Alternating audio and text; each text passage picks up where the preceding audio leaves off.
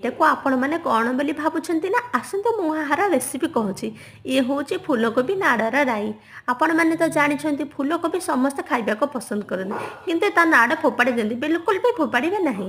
ତା ନାଡ଼ରେ ଆଜି ମୁଁ ଗୋଟେ ସୁନ୍ଦରିଆ ରେସିପି କହୁଛି ଶୁଣନ୍ତୁ। ଫୁଲକୋବି ନାଡ଼କୁ ପ୍ରଥମେ ଚୁନ ଚୁନି କରି କାଟିଦେବେ, ତା ସହିତ ଆଳୁ ବି ପକାଇବେ, କାହିଁକି ଆଳୁ ତ ନିହାତି ଦରକାର।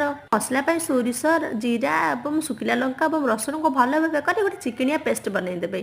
ରାତିରେ ବରୁଗୁଡ଼ିକୁ ବତୁରେଇକି ରଖିଦେବେ, ସକାଳେ ଭଲସେ ବତୁରି ଯାଇଥିବ। ସୋରିଷ ପିଆଜକୁ ଫୁଟଣ ଦେଇ ସେଥିରେ ସବୁତକ ପରିବା ଗୋଟେ ଥରକରେ ପକାଇଦେବେ ଓ ସ୍ୱାଦ ଅନୁସାରେ ଲୁଣ ଏବଂ ହଳଦୀ ପକାଇ ଭଲସେ ଘାଣ୍ଟିଦେବେ। ଦେଖିବେ କିଛି ସମୟ ପରେ ସିଝିଯିବ।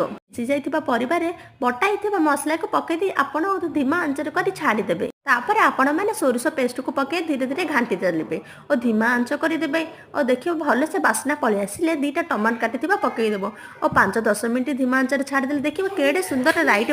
ଆପଣମାନେ ଥରେ ଟ୍ରାଏ କରନ୍ତୁ। କେମିତି ଲାଗିଲା ମୋତେ କମେଣ୍ଟ କରନ୍ତୁ।